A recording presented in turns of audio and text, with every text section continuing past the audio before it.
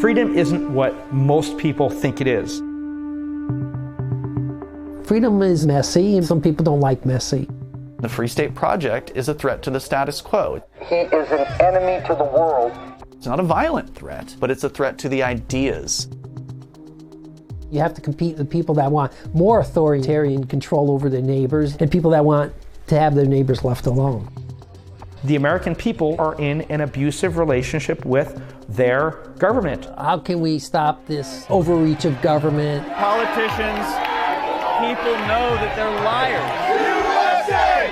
USA! We're fortunate New Hampshire had that live free or die attitude.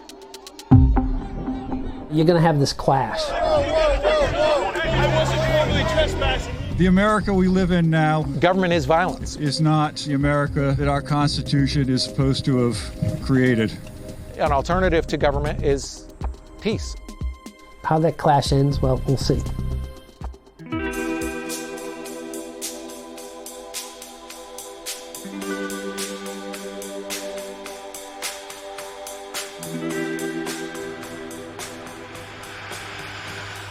In rural New Hampshire, people are used to bears.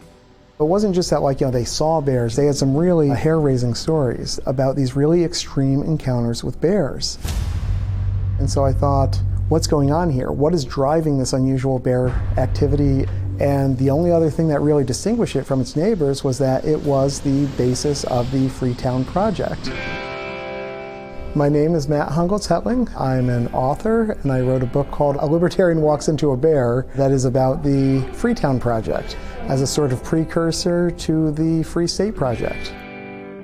In around the year 2003, libertarians all across the country were kind of talking about how they could advance their agendas. If they concentrated their political power, that they could turn a community or a region or a state into an example of libertarianism, be this kind of shining jewel, an example of how their philosophy worked in practice.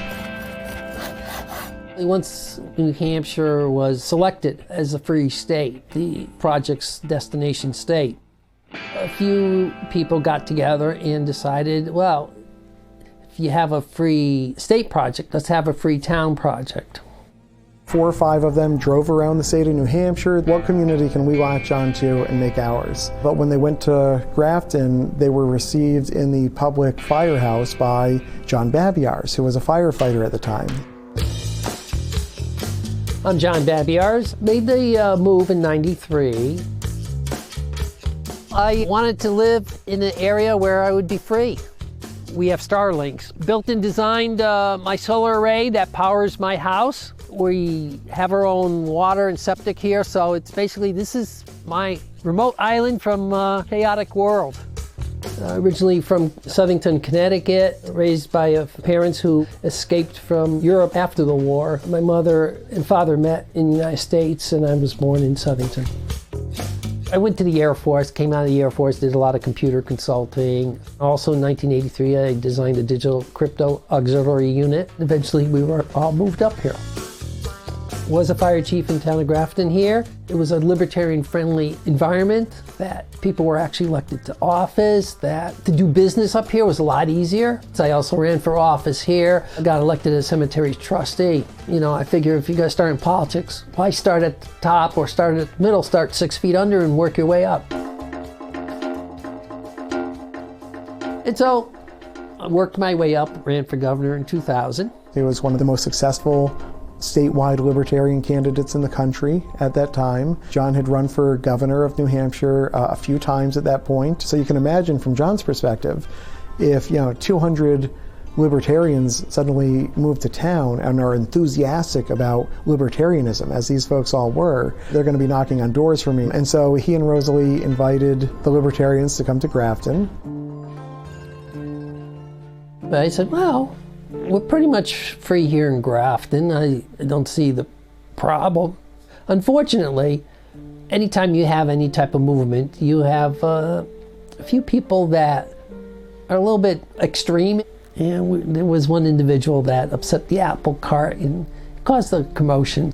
He was asserting things in just kind of like the most extreme terms imaginable. Grafton was going to be a place where you could traffic organs and drugs. Consensual cannibalism should be legal. You know, and all these like very, very flamethrower type arguments. And so when somebody from Grafton noticed this, they wigged out and they held a town meeting and demanded that the libertarians come and explain themselves. A lot of people came. They outgrew their regular meeting house. They had somebody set up a coffin, RIP Freetown. They did not like this idea, but the libertarians came anyway.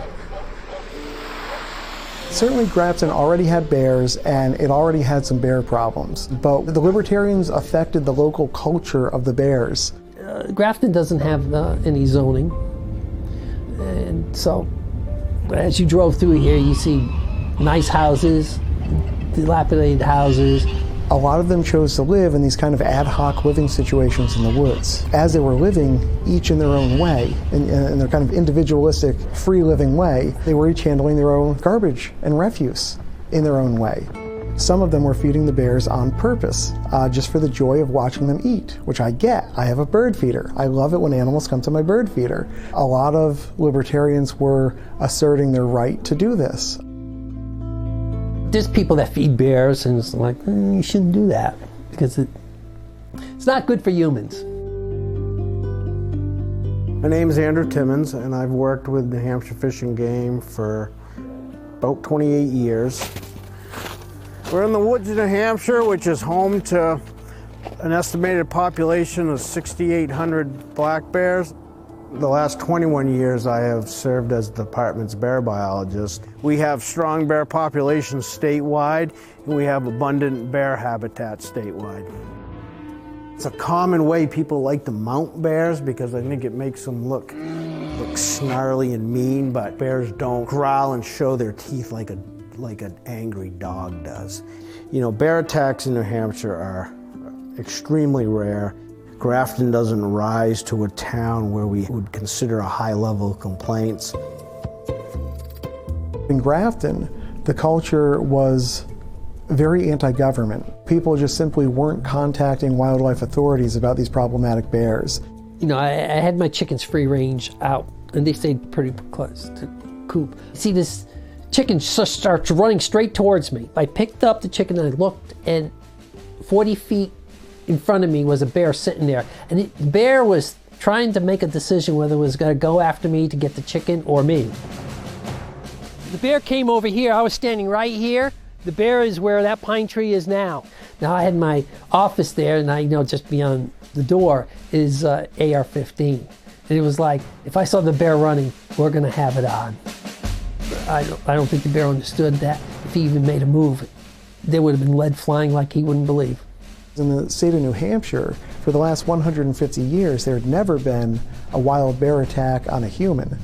Grafton became, in 2012, the site of the first wild bear on human attack. And then in the time since I've written the book, there was a third bear attack. So after 150 years of no bear attacks, suddenly you have this cluster of 3 incidents, all in a bear's length of Grafton. There's nothing to suggest that the population of bears in Grafton during that time period spiked or that people were having some sudden increase of conflicts with bears. Do you think that Grafton has a bear problem? Not so much more than other places. Bottom line, no correlation that you've seen between the Freetown project None. and bears? None. It was really funny how the Freetown project wrapped up. In, I think it was 2016, the Free State Project was officially triggered. We did it. Today, I'm here to announce that the Free State Project has officially triggered the move and that participants need to come home. Instead of Grafton being the only landing pad for them, they could go anywhere in the state of New Hampshire to advance that cause. You have 5 years from today, February 3rd, 2016. And why would they go to Grafton? It had a bear problem, right? To come help build the world's first intentional liberty community.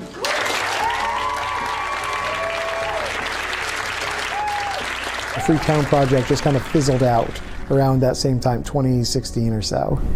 It's so interesting that the trigger of the Free State Project is what led to the demise of the Freetown. Yeah, it's ironic, isn't it? I think the Freetown Project didn't succeed as envisioned, but in a way it developed a community where people got together within the Free State Project movement. And you see pockets of that throughout the state. I think that ultimately the Freetown Project was really silly. And I had a lot of fun delving into that particular flavor of silliness, but I also tried not to lose sight of the fact that we're all a little silly, right? Do you feel like the Freetown Project made Grafton more free? Didn't change it. We still pretty much live and let live in this town. Grafton is still Grafton. I'm not active in any organizations, but I, like an elder, I'll advise them what they should do, shouldn't do. The old saying is true: freedom is not free. You can't just rely on the efforts of people in the past. You got to take up your youthful energy and make it happen. My name is Stephen Ness. I'm 32 years old. We're at the Independence Inn in Stratford, New Hampshire. It's an inn, it's a restaurant. It's like our community gathering space as well. We do some events here. You can see these murals here. This is historic Stratford, New Hampshire here. Many of these buildings still exist. I can show you around more. We got our nice gathering area over here, a little lounge. Every Thursday night we do live music, so we'll have a performer over there tonight. We're doing farm to table here. We're trying to use a lot of local farmers and New Hampshire sources for everything. I thought I'd make you guys the Miss Liberty. We shake it up so it's nice and frothy. Just a beautiful cocktail. People like it a lot. I still hear about other states or where I'm from, originally in Wisconsin, and I tell people I know out there that they need to just move out here and just give up on it out there. I run the Shell too, but the Shell is much more of a blank slate for big events. I do a lot of welcoming of people moving to New Hampshire for the Free State Project. On the wall here, you might not be able to see it with the camera, but it says "Welcome Home." It's kind of chalked in here, but it's basically when people move here for the Free State Project, we're welcoming them to their home. What folks told me and what I tell the new folks here as soon as we meet them and new movers, or especially at Portfest, is welcome home, It's a very emotional thing for a lot of them because there's just nothing else like that anywhere else, because a lot of these people left behind their families who might not have understood. They would say that they're actually pro-community because in their vision, folks are just kind of pitching in. Their complaint is that the state always has an implied gun to the head for any rule. With freedom comes responsibility. If you want people to have more freedom without coercion from the government, then you have to have it so people don't want to run to the government as their first solution. Volunteer firemen, volunteer cleanup. There's a lot of the things in this town were done because of volunteers. In order for that social construct to work, people have to be willing to kick in and contribute.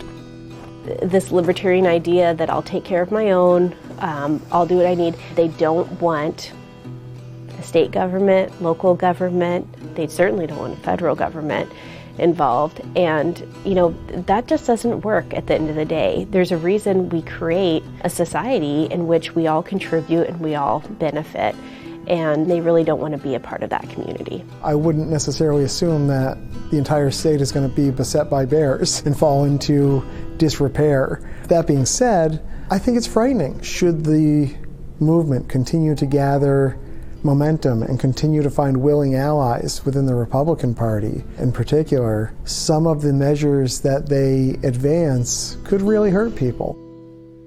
There's so much activism going on. A lot of people are running for office, so people are all volunteering and campaigning, and that's all coming to a head, I guess, next week for primary. So we'll have a big primary results watch party where a whole bunch of candidates will be there. I want to do everything I can to reduce the power of government. I want to cause as much trouble as I can, disrupt as much as I can. So I feel like, hey, we can really make some big impact here. And the purpose is not evil. We're going to have to see what the voters decide in the election. If the voters wake up and pay attention to this, I don't think they will be successful. What these people are asking for is way too far.